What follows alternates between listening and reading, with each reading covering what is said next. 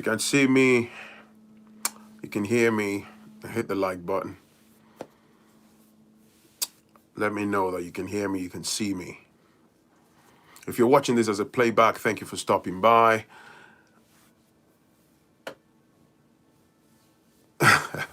Somebody said, what? When you think you have heard it all, then you realize that you've heard almost... What's up, Lees? What's going on, people?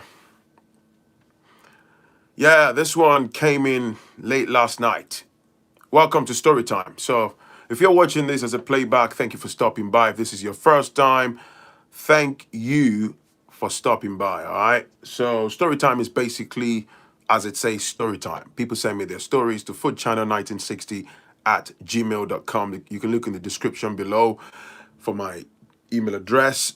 And if you've got any interesting stories, it could be you. If you send me anything that has to do with Oma T, what's up, sister? If you send me anything that has to do with you, I'll make you anonymous, definitely. If you need me to move the characters around and stuff to further conceal your identity, I'm happy to do that. I do that all the time. So as long as we get the message across, it's not intended for gossip. It's the premise of these stories is if at least one person learns something, and we can help you identify, red flags and how we go through everyday life, interact with people around us, then it would have been, I would have done an amazing job using my platform, all right? If it's a trending topic, if it's something that you've spotted a video or something that you would like me to, comment about or share, send it. You can follow me on Instagram at Phrankleen, as it says on my channel, the same username at Phrankleen, all right? Or you can just send me an email to foodchannel1960@gmail.com. Look in the description below. All right. So last night, this person, one of my subscribers, who sent me an email and said they've been sort of taking their time, a bit hesitant. So, but she would like me to share the stories. Zunai, Tiffany. What's going on, people? Smash the like button, all right, so we can gain more traction. So it's a fairly straightforward story, all right? It's a fairly straightforward. Phrankleen, I can't wait to hear this one. My ex tried to get my UK stay revoked, but it didn't work. What's up, Wilson? Yeah, thank you for saying that, Becky. I'm glad it didn't work. You'll be amazed how spiteful people get. And it's crazy, but I also, I've come to terms with the fact that, the human mind is capable of disseminating wonderful ideas and doing beautiful things. At the same time, on the flip side, it's like the other side of a coin.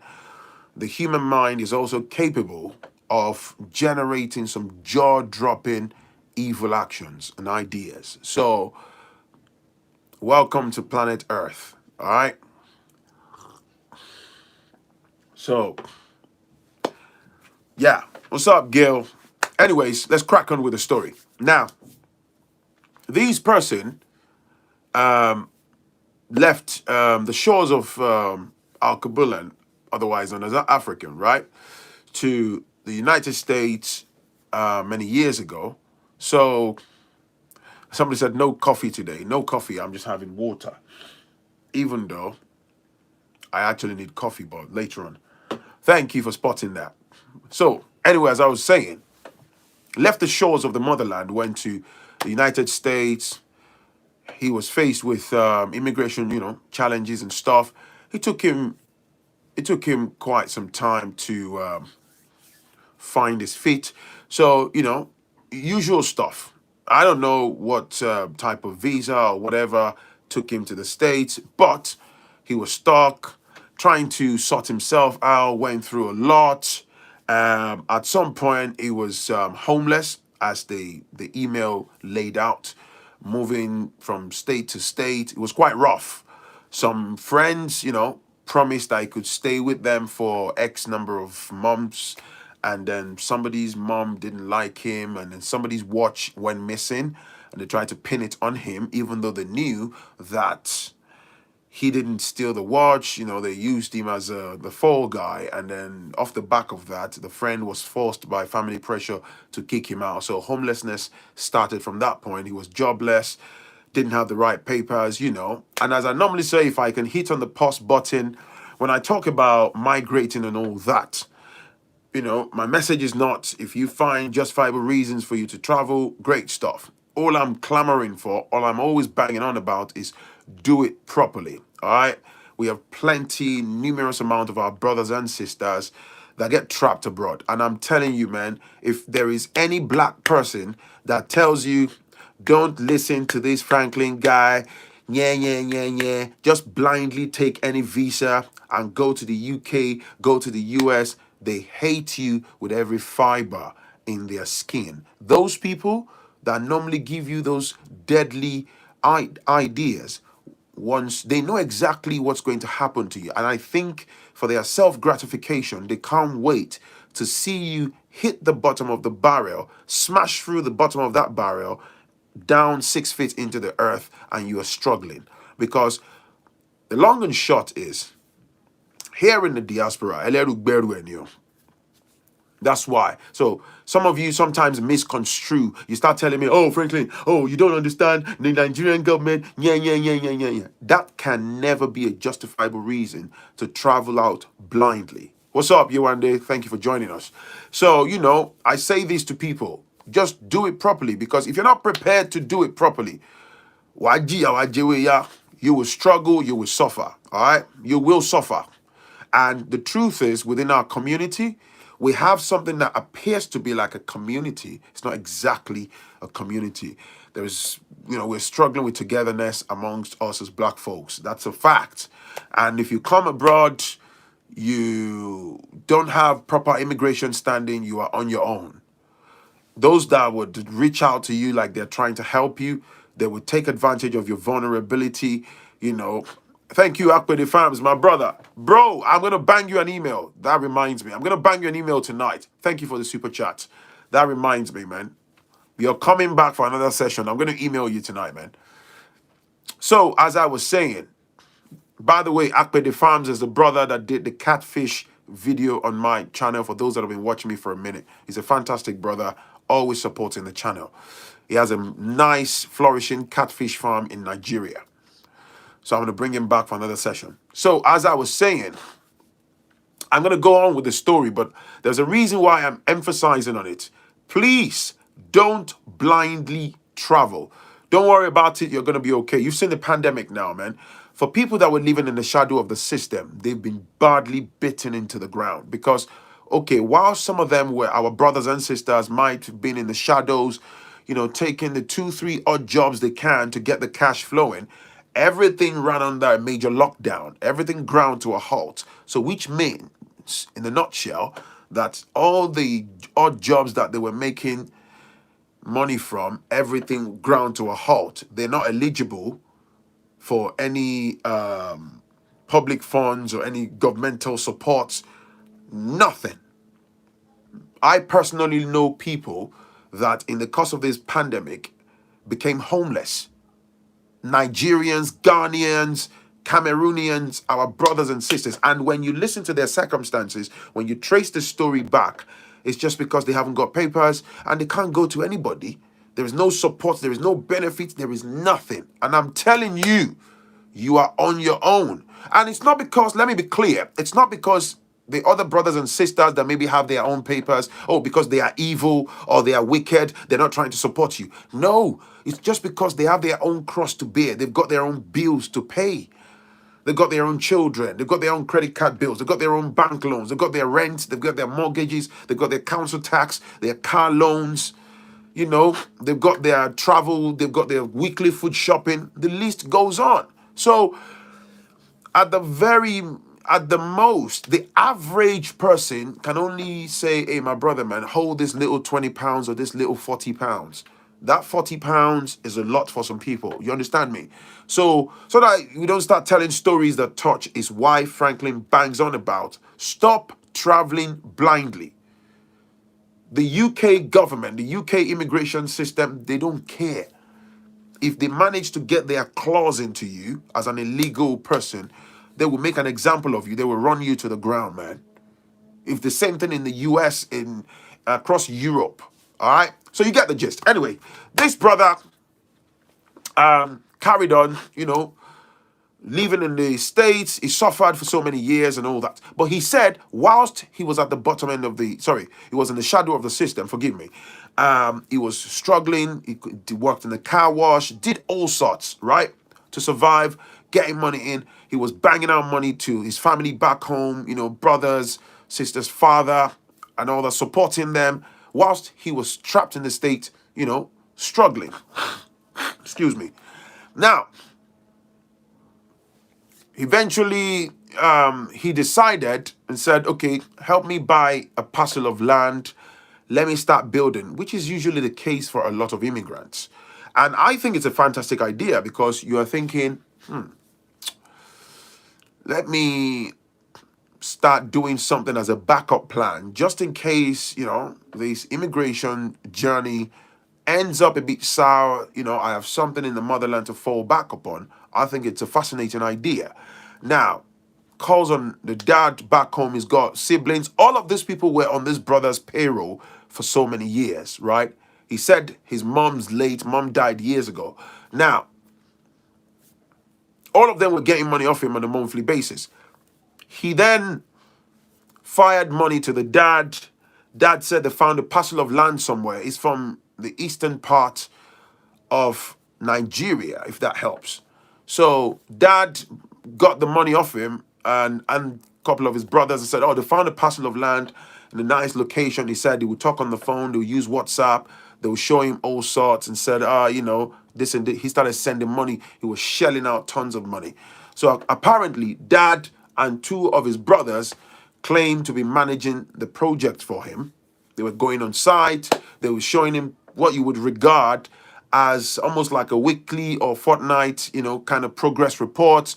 They will show him like gravel getting delivered, blocks getting made on site.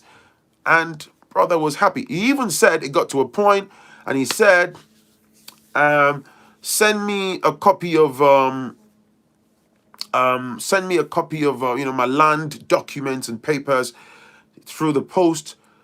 And he said he paid for his CFO. The CFO is called Certificate of Occupancy and stuff, which is an ultimate document that registers you with the land, land registry, the government, your local government, to say you are the owner of a particular parcel of land, right? He paid hefty amount of money, and he said they put all these so-called documentations. He got them via DHL, and he looked at it. He believed, oh yeah, this is my land, and stuff, and I know the feeling, if you manage, to buy a parcel of land and all that stuff, you'll be happy, you'll be proud of yourself. I think about it, anyway, like if I don't have papers yet, I've done well for myself. I have something, that I can call mine as an asset and all that. He carried on shelling out money. He said, they were banging out. He has tons of video clips via WhatsApp. And he sent me a few of them, which I saw video clips on a building site, even a borehole being dug up with machines, people, helmet builders. You can look at that site and say, oh, there's an ongoing building project and stuff. So the guy kept on sending money. He kept on sending money, So sometimes he will have to stop, on the building project, because he said there was a time when there was a major argument, and like I always say, it's the usual sentiment whereby he got in an argument because he said it took long. They were talking about the foundation, and because the brother himself has a limited knowledge when it comes to building, so he said it took quite some time for things to take off because they kept saying, oh, they need more money for this, they need to dig deeper, the land is not this, the land is not that. So he kept shelling out money to them, and they were taking it. And then he got into argument. He said one of his uncles got on the phone and said, oh, you need to calm down. You're being disrespectful to your father. Particularly, the father will threaten him. I will curse you. My check with when these blah, blah, blah, blah, and all that. They were evidently fleecing him. He was then, imagine, it's a double barrel thing, man.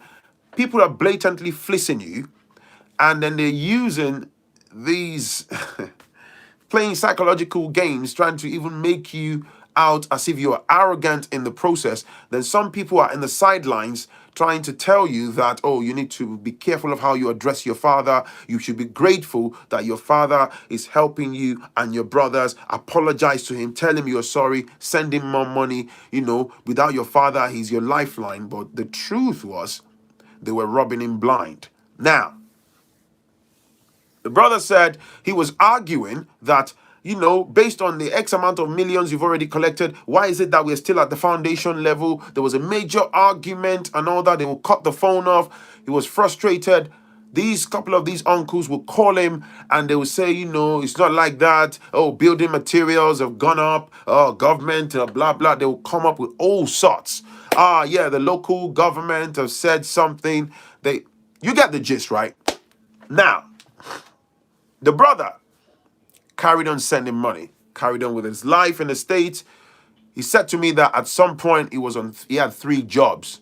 He said in the room where he was sharing like a house with some dudes who were from Malaysia. They were not even fellow Nigerians. He shared house with some Chinese who were also illegal, with some Malaysians. He lived in a basement somewhere where there was a lot of leakage. He lived a rough life, man. And I can imagine. But you would always convince yourself as a, African dude, like, yo, I've got to be a hustler. I have to strive, that makes me a man. It's a confirmation that you're a man. No, it's not. It's not a confirmation. Suffering is not a confirmation that you're a man. It's just that when you haven't got a choice, you carry on pulling through. So, as I was saying, eventually, after, he said he had to stop the project at some point when cash dried up. Then he had problems again with jobs and all that. Anyway, later on, he picked up and he said the project reached a completion, right?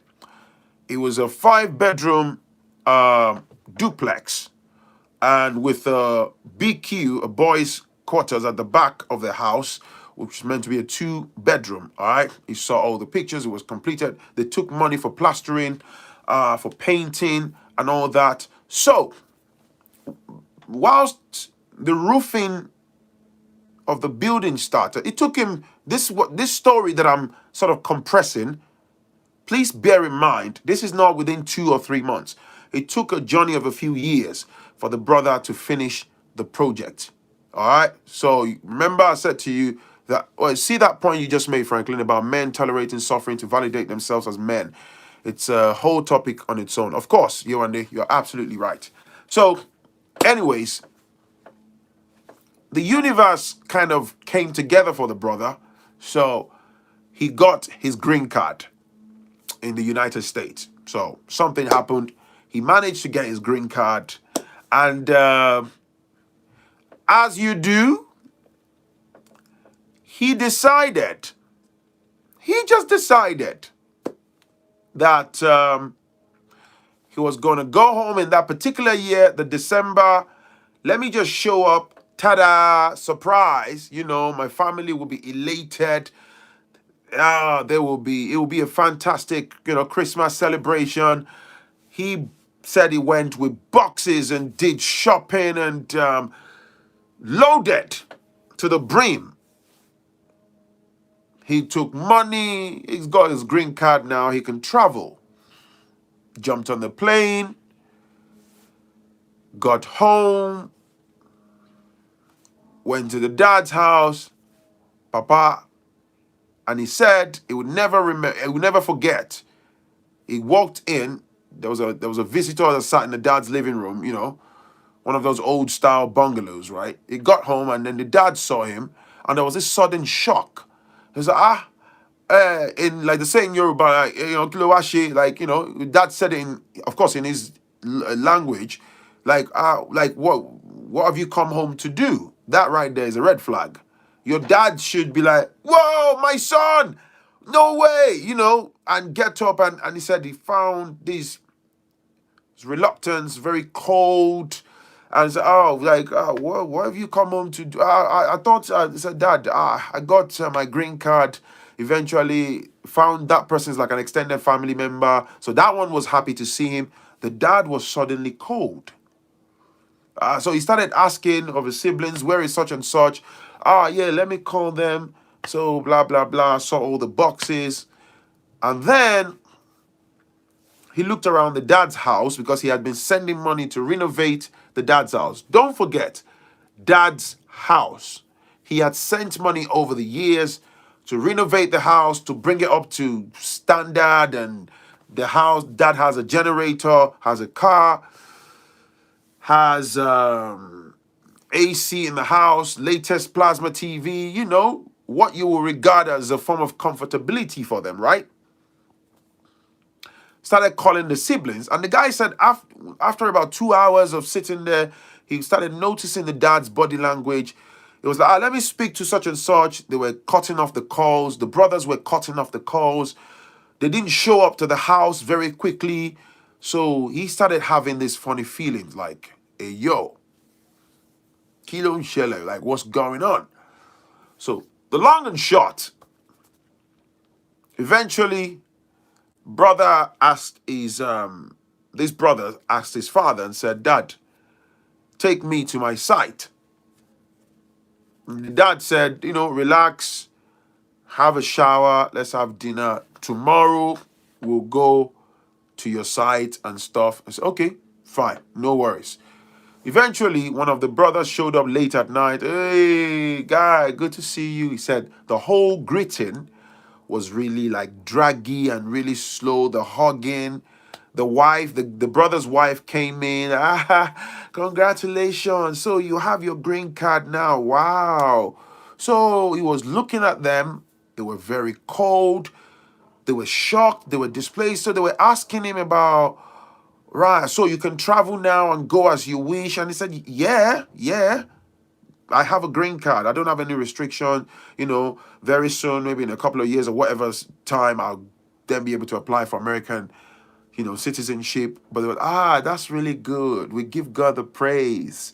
And then, so he kept quiet. The other brother couldn't make it, said he was going to see him the following day.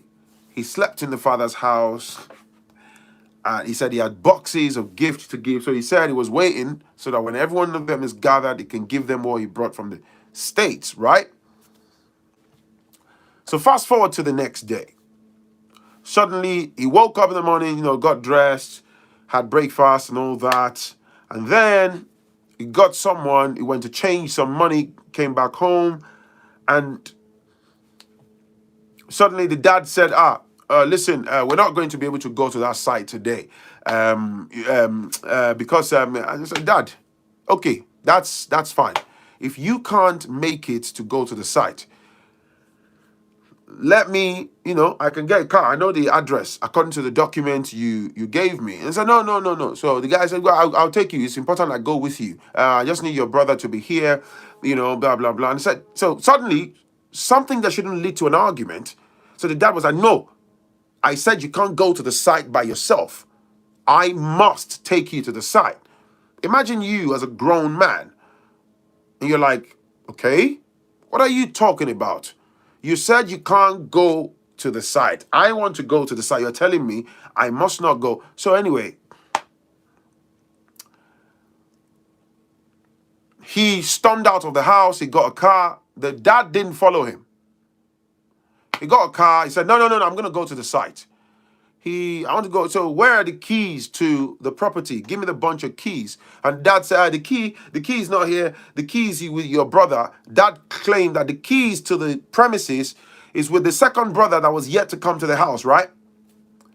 But you said you got the keys. Okay, so how do I get into the property? That's why I'm saying you need to wait. So there's a bit of back and forth. That one's phone is switched off. So long and short, he just got in the car anyway. Got somebody to take him to the address. So he got to the address on the document that they sent him, where the land is meant to be. And it's a completely different house that belongs to a retired soldier. A totally different structure.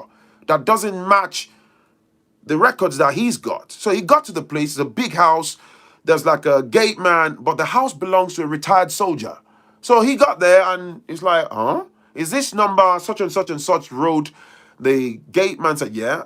Who are you? So he saw like a junior soldiers there with like at the gate, it's like a retired general at the gate with like rifles and stuff. And then so he showed them the document because at first they wanted to treat him like a trespasser, which is understandable. They are looking after their superior. And he said, whoa, whoa, whoa, whoa, I live in the States. So when they looked at him, they knew he doesn't live in Nigeria. He showed them the document and said, my father, blah, blah, blah. I said, the soldiers just started laughing. Ah, ha, ha, ha, ah, ha, ha, ha. Ah, your father gave you, he said, look, this address. So they invited him in, said, come in, come in. Said, this is our Oga. Oga means our boss. This is our boss's house. So they went in, they took him in. And he met the retired soldier, but thankfully the retired soldier they didn't brutalize him. He was gracious. And the man came out and spoke to him, said, no, said, your father and your brothers have conned you. Said, this is my house and I've owned this land from late 80s. He said, did you hear what I said? I've owned this parcel of land from the late 80s. You understand? So I finished the project towards my retirement. I used to live in a smaller house and I came here with my family. So he soon realized, right? So he left. There was no problem. You can imagine. Your belly will be like tumbled dry. That's multi-millions, man. It will be like your world coming to a halt. Calling the dad's phone outside the premises of the soldier's house. Dad had switched off the phone. The brother's phones, everyone's phone is switched off. The brother's wife's phone, he called her. As soon as she picked up, cut the call on him. So he knew straight away, Even the driver that took him, plus the people that spoke to him was like, yo, you've been had.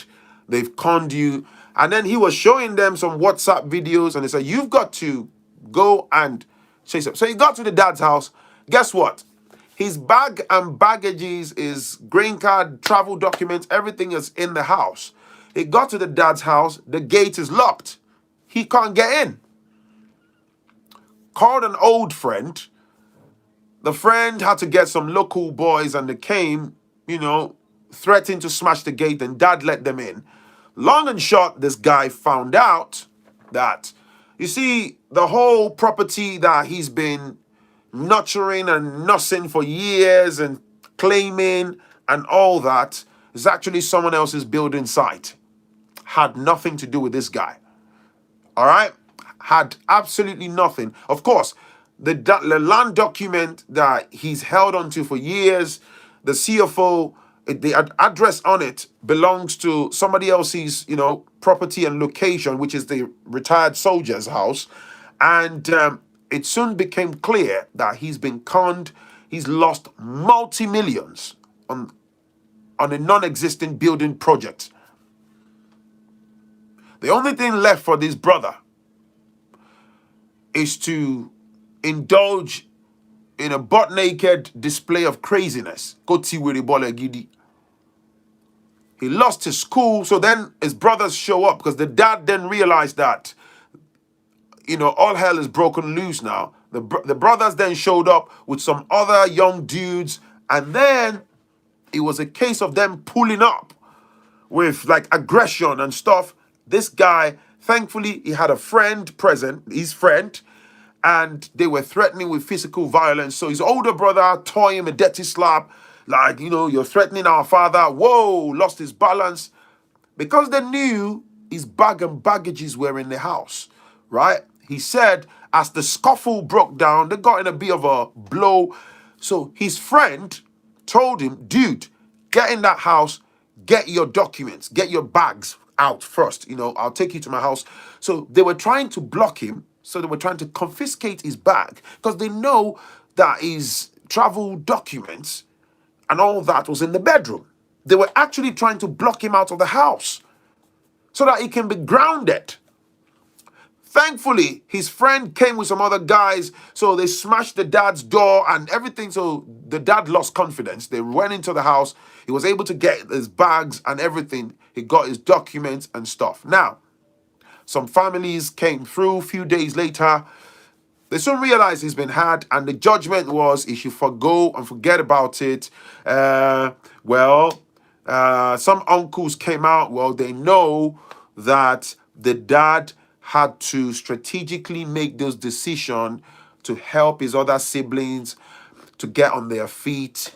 They know it's not exactly palatable, but he needs to calm down. Yeah, well, so that he's not left out of pocket completely, they would ask the father to pay back the sum of, and the brothers, a total sum of just 3 million naira to him at the rate of the evilness of men, man. 20,000 naira per month. Because the dad is a pensioner. Now, Nigeria is not, bro, man. Look, man, I can't even imagine that being me. Man, this is why I tell you, when I read some of these stories, man, it just shatters me, man. Sometimes I'm consumed by anger. I mean, how do you begin if you are the most quiet person by nature? You're very laid back. I don't care how humble anybody claims to be, man. Imagine someone does that. Come on, man. You would get out of your way and misbehave. Believe me.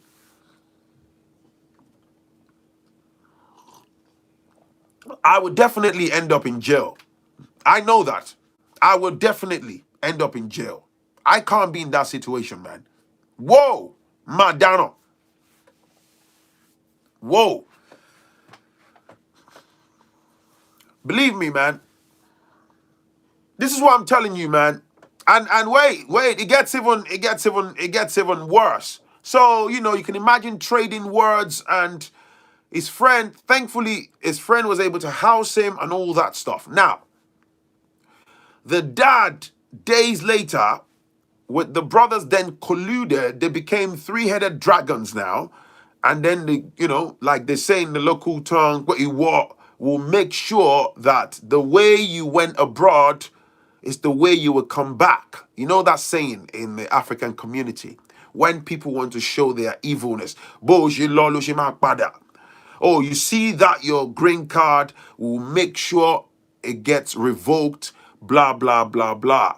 So in the heat of the moment, he thought they were just yapping away and just talking nonsense, right? Eventually, he had to cut his losses after about a fortnight. Tears, emotion flying and everything. He left the motherland, flew back to the States.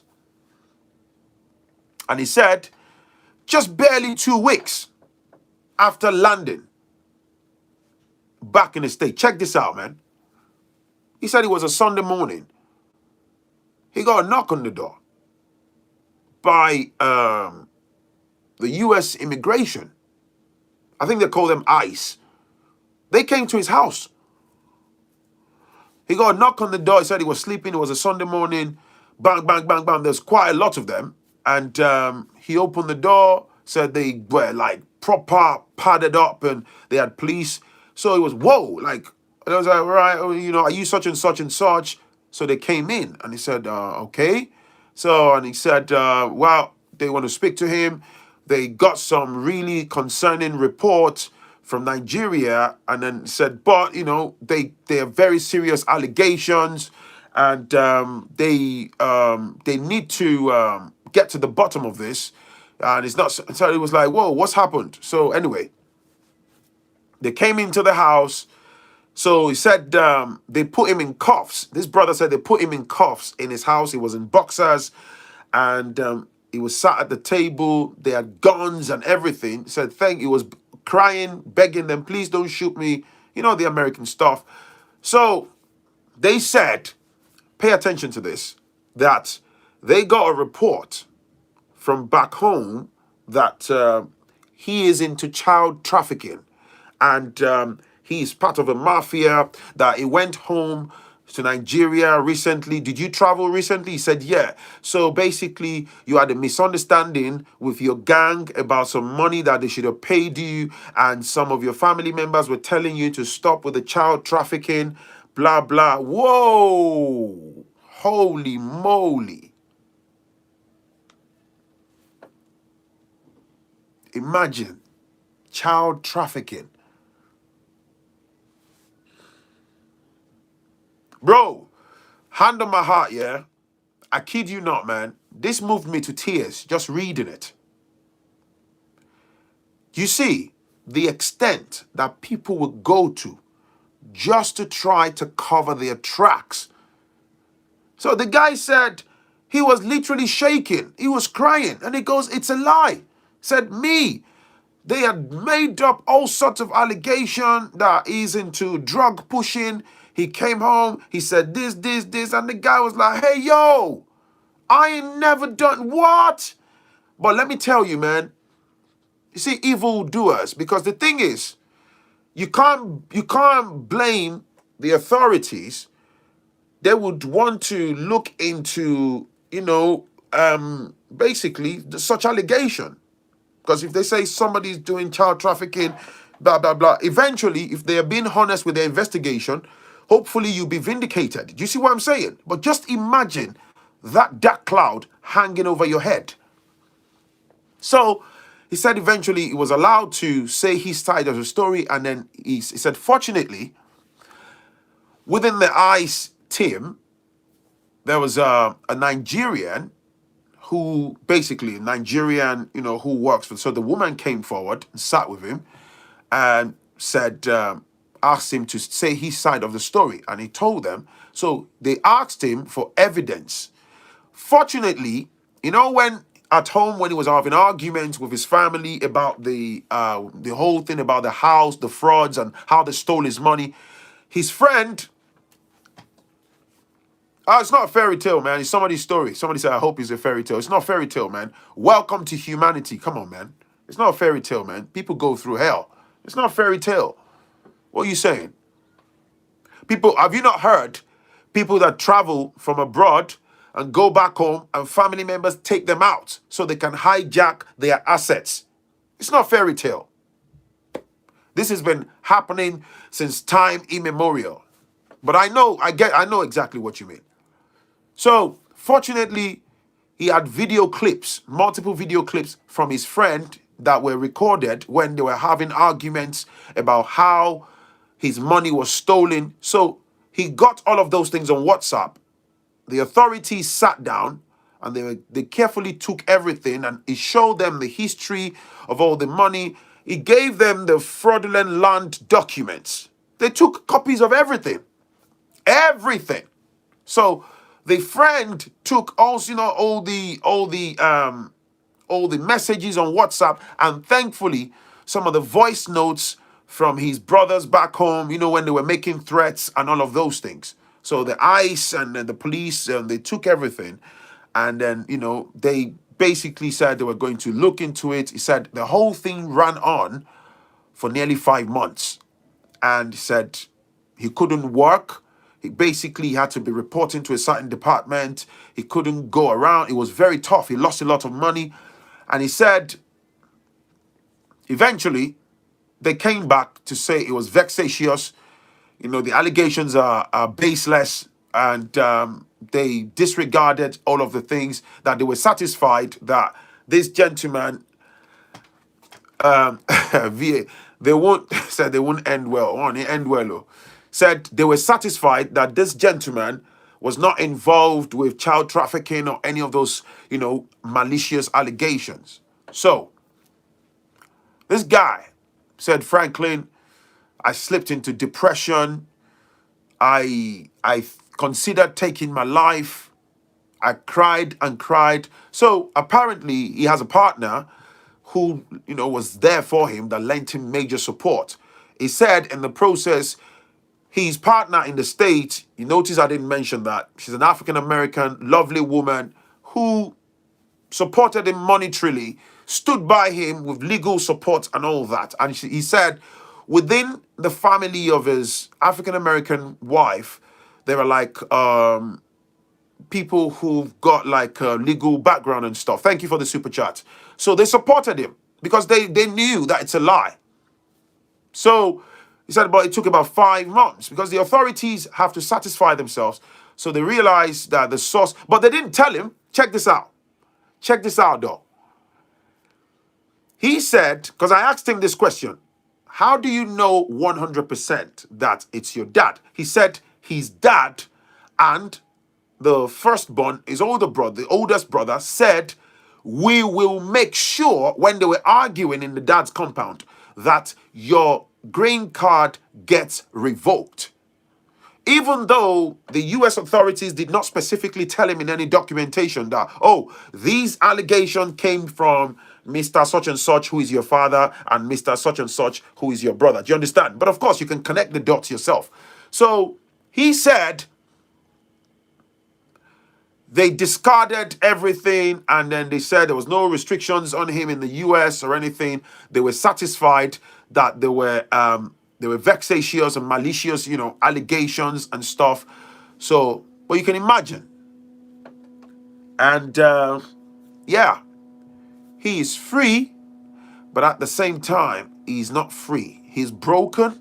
I suppose he's trying to piece himself together. He told me, Phrankleen, my African American wife wants us to consider moving to Gambia because he's considering moving to, back home. But he's happy with his woman. That's the woman that helped him get his papers, and they're happily, together and stuff like that. But the lesson here is the extent that the so-called families can go to in the name of concealment fraud, trying to cover their fraudulent track records. So, let's destroy this guy ultimately, so that, let's say, the US authorities decided to be totally malicious and they made up some bogus allegations, they bought into that narrative and they used it against his brother, destroyed his status, and then kicked him out of the US. He would go home empty-handed, reduced to nothing, totally destroyed. And his relationship with his African-American wife also destroyed because the union would be broken, right? All because they robbed him for years of his hard-earned money. He dared to fight back. And they conspired, they connived to destroy him. Do you know, this actually reminds me, I don't know, some of you might know, there's a guy called, is it Adebayo? He's a footballer. Is he from Senegal or which country is he from? You would know this guy, for those of you that watch football. This happened years ago. There's a footballer, he used to play here in the UK for a particular club called Adebayo. Very tall gentleman that plays football. From Togo, thank you. This reminds me of the story. Adebayo, he was making so much money from Premiership football. And his family back home, because I remember this, his family back home, guess what? He built a house for each person. He did all sorts, gave them millions, all because he wanted to remove all of them from, he wants to remove all of them from poverty and give them a good life so they can enjoy the fact that he was making money. And guess what? He built duplexes for each of them. He gave them a lot of money. He set up businesses for them. These people were not satisfied. They conspired, tried to defraud him, and they even tried to kill him on several occasions. So he went home, he broke up with a lot of them. It led to a major fight. Guess what they did? They wrote to his Premiership football, forgotten the football club he was playing for at the time. They tried to destroy him. Thankfully, the football club here did not see You know, they could see through their lies and their malicious actions. This is what when I was reading this person's story, that story came to my mind. They tried it not even once until the club had enough. They had to serve a cease and desist letter on them in Africa before they stopped because they wanted to destroy Adebayo. Do you see what I'm saying to you? This is how the heart of men is desperately wicked. All because they conspired to fleece him and he fought back at their fraudulent actions. And they looked at his source of income, his daily bread. Okay, you're getting money from that Premiership football, footballing or whatever, will destroy it and make sure you never rise up again. They wrote lies. I think they even wrote to the embassy here in the UK. I forgot, but I know majorly. It was in the papers here in the UK. The football club didn't buy into the nonsense. It was on the front page of major newspapers, the Daily Mail and all that. The Togolese family. So, when that brother was saying, I hope this is a fairy tale, my bro, sometimes I understand why you might be shocked, shell-shocked. I don't wish that on anyone. But sometimes when you've not directly experienced some things, you might think, oh, hey, yo, man, come on, bro. This can't happen. Hey, yo, these things happen all day, every day, 24/7. On a closing note, protect your assets, man. Your prime enemies sit within the confines of your families. Your prime enemies, they sit within, both physically and spiritually. They sit within your family tree. Your prime enemies, they are existing as I speak. Believe me, man. So, that's the story. The brother said to me, Phrankleen, I want you to share this story with people. All I just said to him is, you know what, man? Go and live your best life. Stay clear of those people, man. Keep your business to yourself. That's all I can say. Keep your business to yourself. It's just the heart of man is desperately wicked. They fleeced him. They stole his money. They are not prepared to pay back. So their frauds were exposed. And the only thing they could think of is take him out. Destroy his livelihood in the States. Let them deport him. You know, they'll probably kill him off. He had been deported with empty pockets. He's got nothing to fall back upon. They'll probably be the ones to completely take him out. Big shout out to that good friend. There's always one person, that good friend that was able to help him. Because I'm sure, looking at the fight in the father's compound, if the friend wasn't present and there were no extra eyes to have witnessed that situation, what would have happened? They could have snuffed him out. And the body could have gone missing. They would have ripped the bag open. They would have taken the green card and all of his documentation and done something, unlawful with it. And that would have been the end. The wife is waiting in the States. Oh, he's going to come back in a fortnight. Oh, he's meant to call me. He's in Nigeria with his family. And that would have been the end. May the universe carry on guiding our footsteps on a daily basis. May the hands of the evil doers never reach us. May the universe, shield and protect you. May the universe help you activate your inner eyes. And for those that are calling your name in negativity and wishing evil against you, may the universe blind them, paralyze their thought process, paralyze their path, paralyze their intentions towards you. May they be absolutely decapitated by the universe. Ashe. Emari Batisho. Owarayu Nikanyu Owaikao Nikanyu. It's your boy Phrankleen. Thank you for watching.